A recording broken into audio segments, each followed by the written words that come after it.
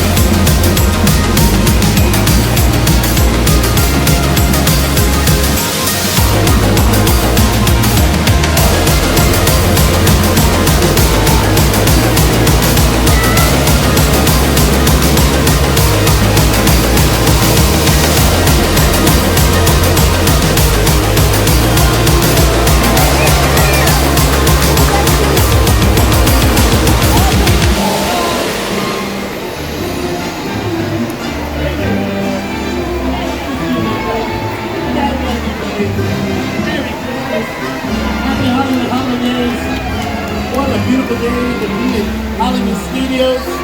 So good to see everyone.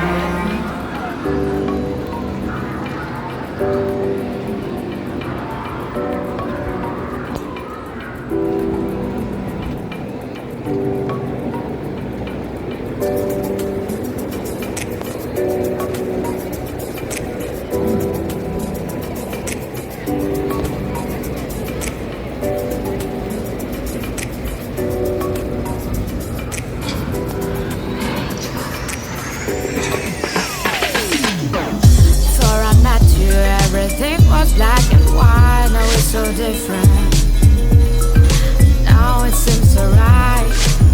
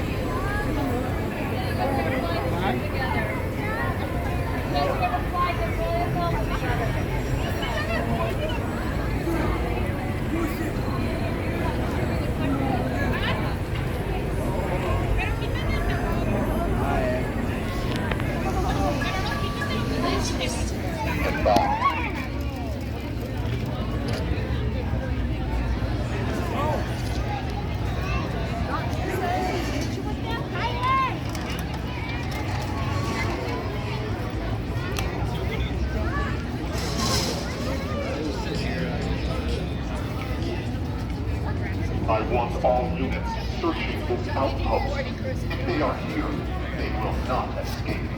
Yes, sir.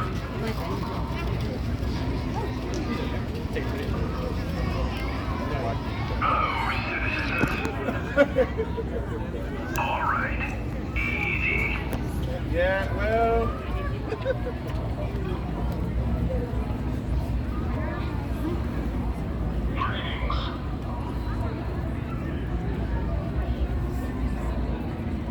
Who are you transmitting to? A resistance spy?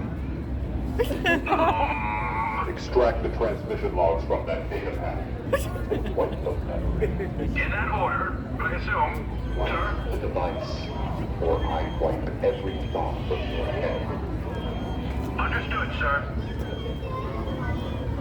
That went poorly. I think you have a vacation to get back to.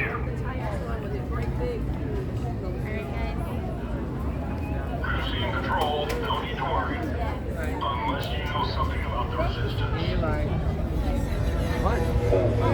Why do I never see you? Well, we all have our heroes, don't we?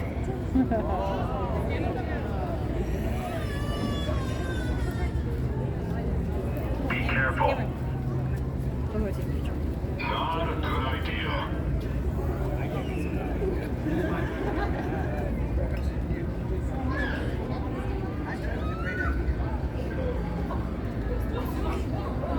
Good. Come on. Present your ID card, please.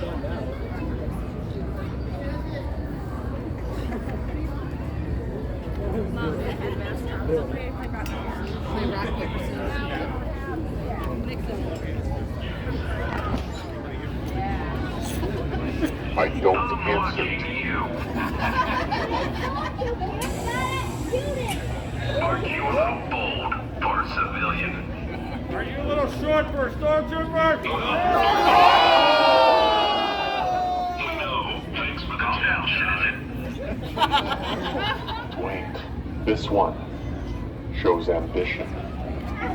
Tyler, you suck. Yes. Looks like Shredder. This outpost is under observation by the First Order. Alright, ready? Alright, we all ready? Did you get a picture, Andy? Did we both guys? But Okay. not worth the effort you exerted. Did you get a picture? Alright, you good to go? Put your back to him. Pose. Those definitely cool. Looks like you're the Jedi we're looking for.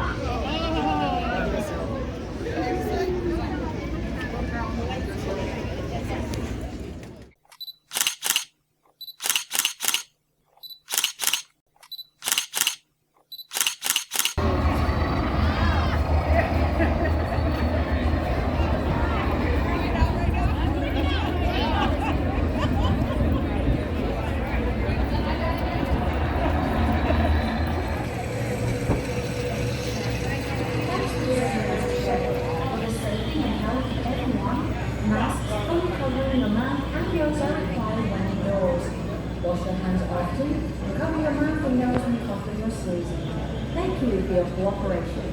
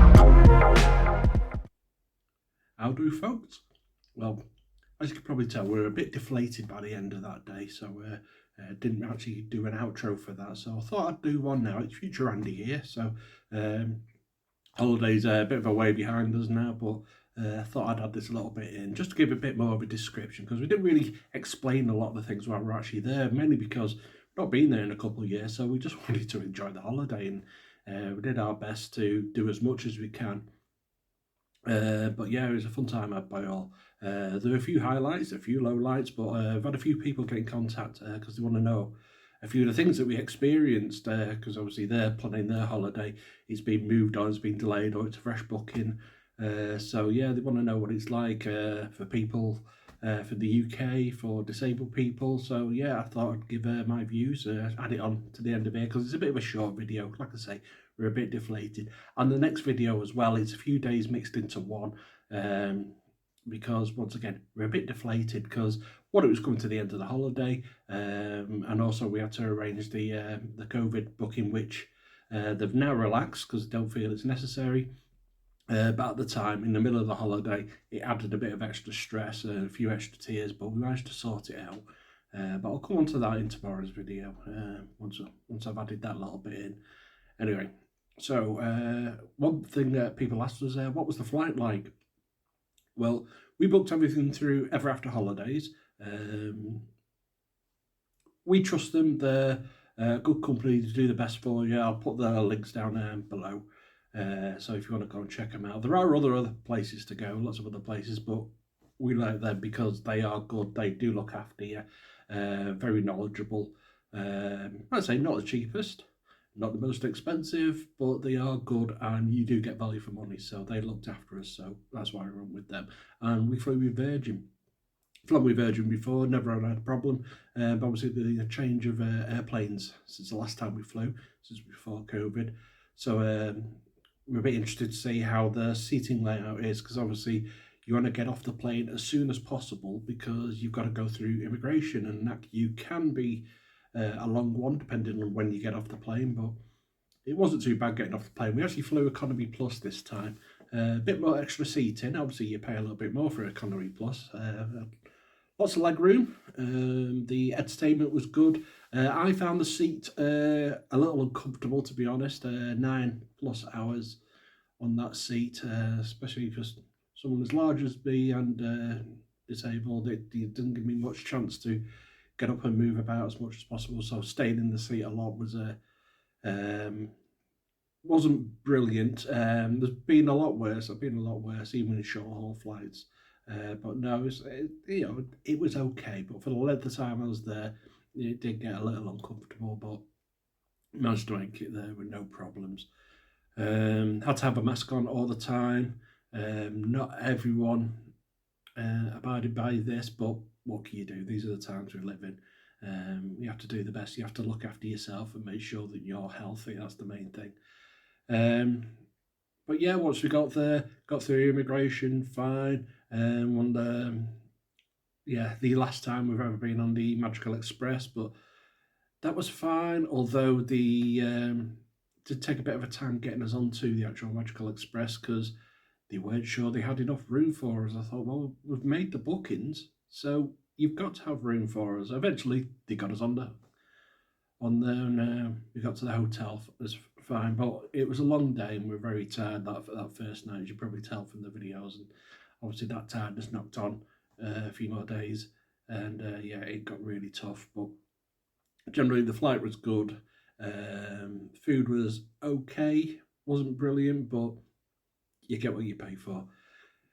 Got to the hotel. We were in the All-Star Music Hotel, which was quite nice. A lot of people give it a bad rap because it's a budget hotel. It's the All-Star Hotel. As with all hotels, you're reliant on the people that are there at the same time. We were there in December. There were lots of families there. It's a family hotel, so there's a bit of noise, but after a certain time, and once you're in your room, you can really hear the noise, so it was fine. Bed was comfy. I'll add a little room tour for the second hotel, which is basically the same as the All Stars. A bit of difference with decor, and that's about it. But yeah, no, it was comfy rooms, enough enough space for us. It's always nice to get more amenities, you know, like the hand cream and stuff like that, but you get that in moderate or dessert, or the higher level rooms. So, I mean, you don't get it in the budget, but get it in the shop. So if you want the hand creams and all the amenities, you can just buy them in the hotel shop. So not a problem. But yeah, no, we were very happy. Food was okay, wasn't brilliant, but it was okay, priced as you would expect, and it was fresh. It was tasty, and it was fine. The only way you could get to the parks was either by a bus, which we personally never had a problem with. Friends that we went with went at peak time and they were waiting an hour for a bus, so yeah, they had a bit of trouble trying to get there. But it was a party day and traffic was heavy and a lot of people going to the park, so yeah, they did have a problem. But if you just do your timings right, try and avoid the peak hours wherever you can, yeah, it's not too bad. Outside of that, you've got rideshare options, like we used Uber a couple of times, absolutely brilliant. We actually got an Uber from the Contemporary to All Star Music, and yeah, it took a few minutes. The driver was lovely, wasn't expensive, and it was a nice, comfortable, air-conditioned ride. So yeah, so there are options.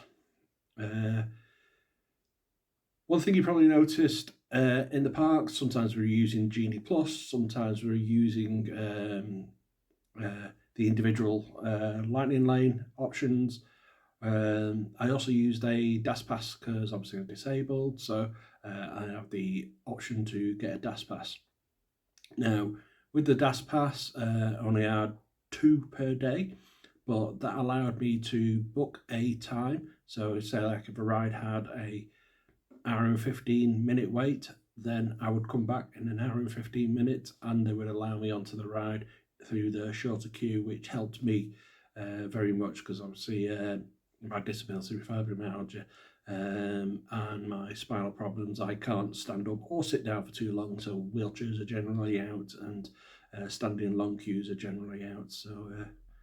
So yeah, DAS Pass did help me. Also, I have a bit of anxiety as well, which a few people would say to me, so why are you going to a park with 50,000 other people? Well, when you're outside, it's not too bad, but when I'm enclosed in an area, a little like claustrophobia, I don't like it. So I don't like busy shops too much, because a few times I tried to video in the merch stores, but if it got too busy, I had to just go outside for a minute. Normally that was worked out quite well, because when I went outside, there was a cavalcade going past, so I got to film that as well. But yeah, it can get a bit much, because obviously being Christmas period, there are a lot of people in the parks, and also in COVID times, I'm used to not being around a lot of people, so it was a little weird being around so many people. The mask mandate in Disney at the moment is if you're indoors, you have to wear a mask, and everyone that I could see was abiding by it. No problems, no people wearing masks under the nose. People were being sensible and considerate of other people, and that's all we ask in this day and age. We all get through it as best we can, but just be considerate of other people. And it's brilliant, whether whatever you believe with masks or not. Disney, that's what they require, so it's their right. It's a private company. You need to abide by it. You can stamp your feet as much as you like. It's their rules. But yeah, it was very well organised. People that had forgot to put masks on, they were politely reminded, and they were fine just putting the mask back on.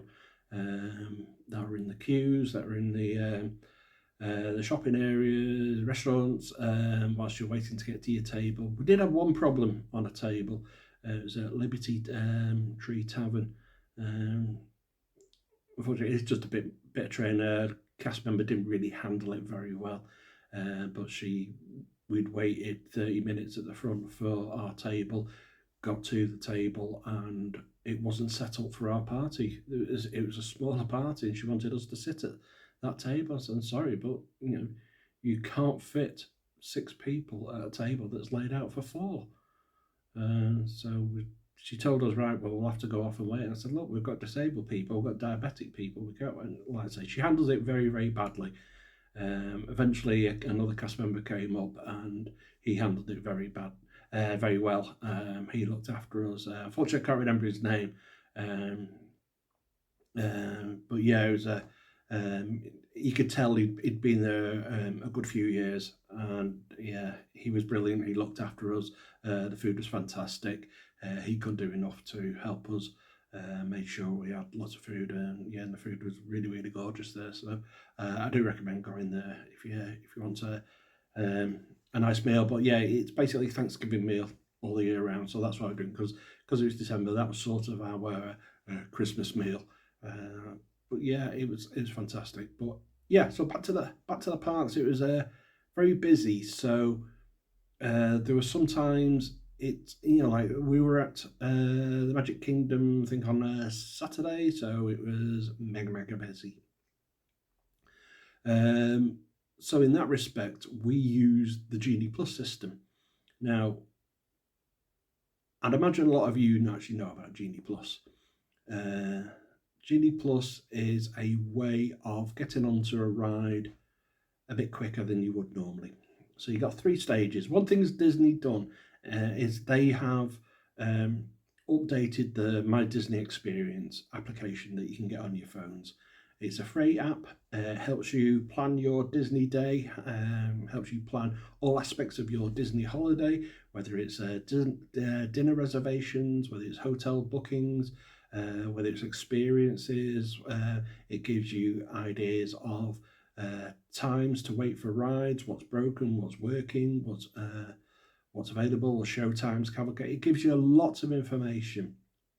But unfortunately, because it gives you so much information and you commit a lot of time to planning your holiday through the Disney app, and this is also whilst you're actually on holiday.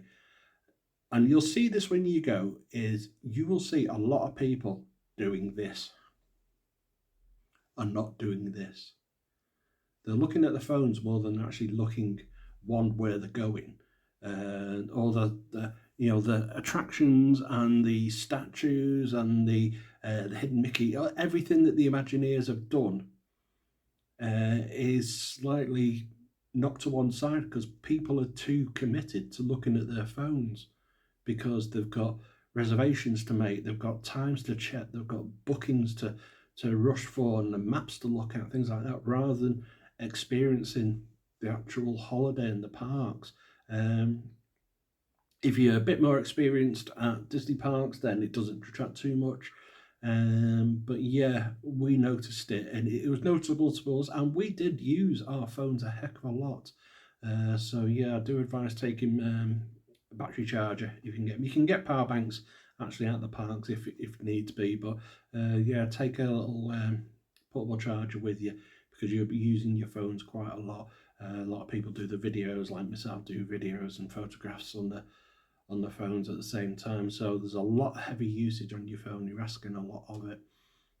But yeah, so basically, going back to the rides, you don't have to pay extra for going on the rides.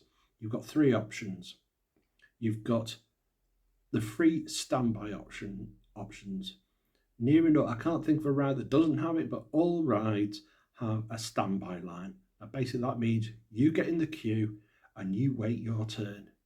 It could be 5 minutes, it could be 2 hours. It depends on the ride and how popular it is at whatever time of the day.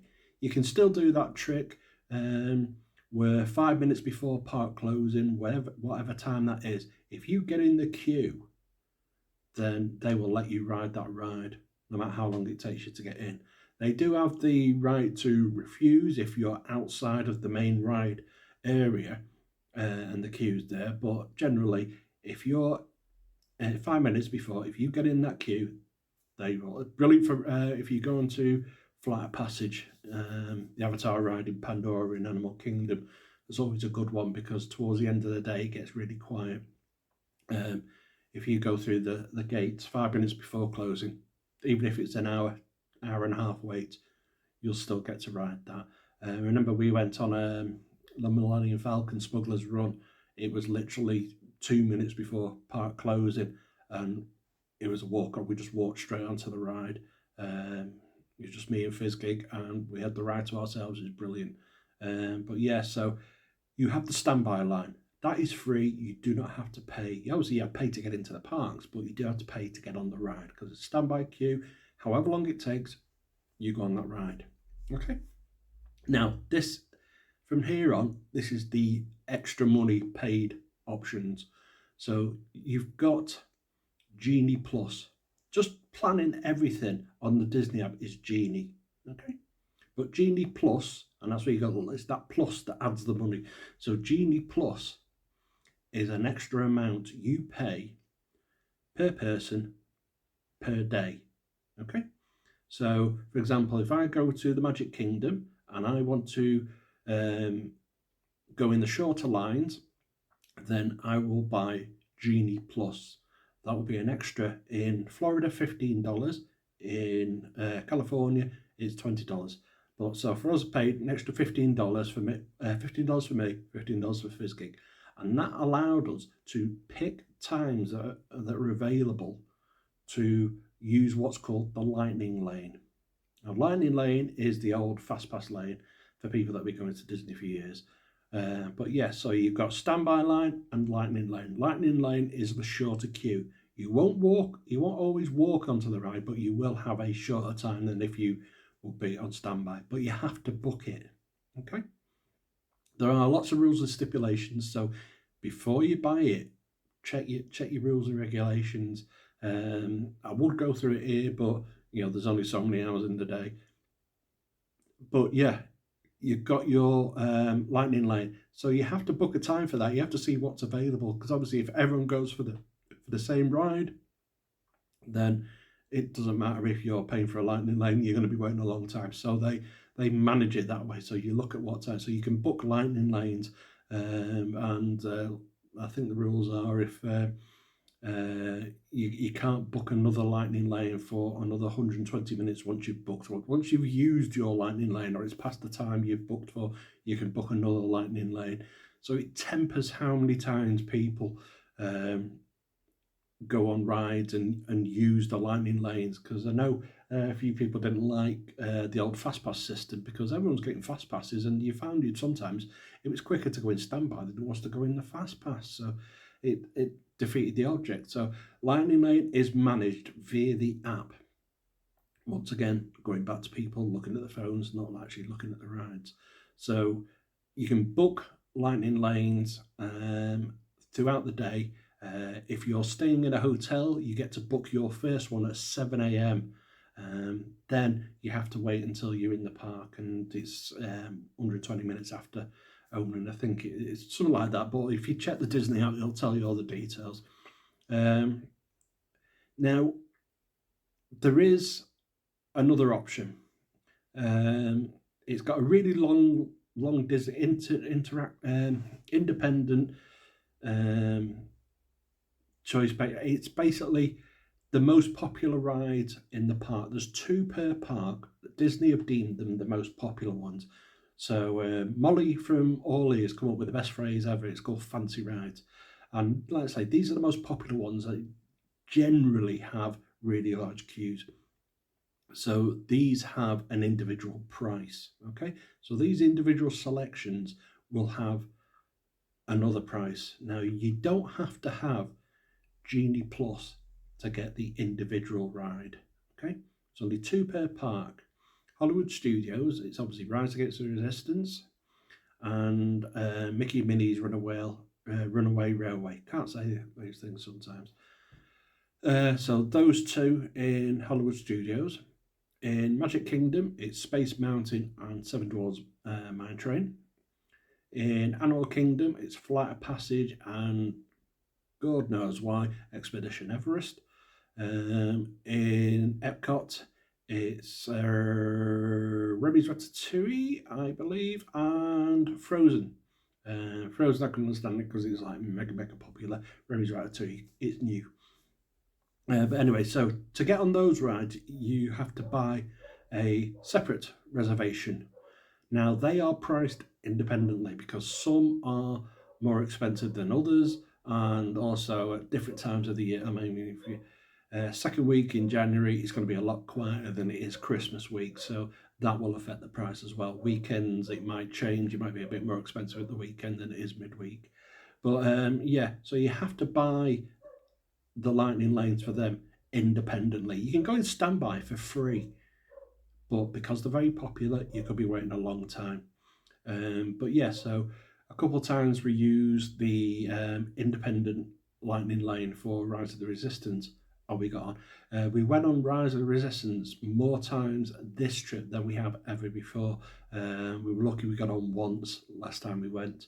This time we actually went on 3.5 times. I'll say 3.5 because in the first video you'll see it actually broke down halfway, and I would have filmed a lot more, but unfortunately when rides break down and they escort you off there, you're not allowed to film because it's considered backstage areas, so couldn't film there.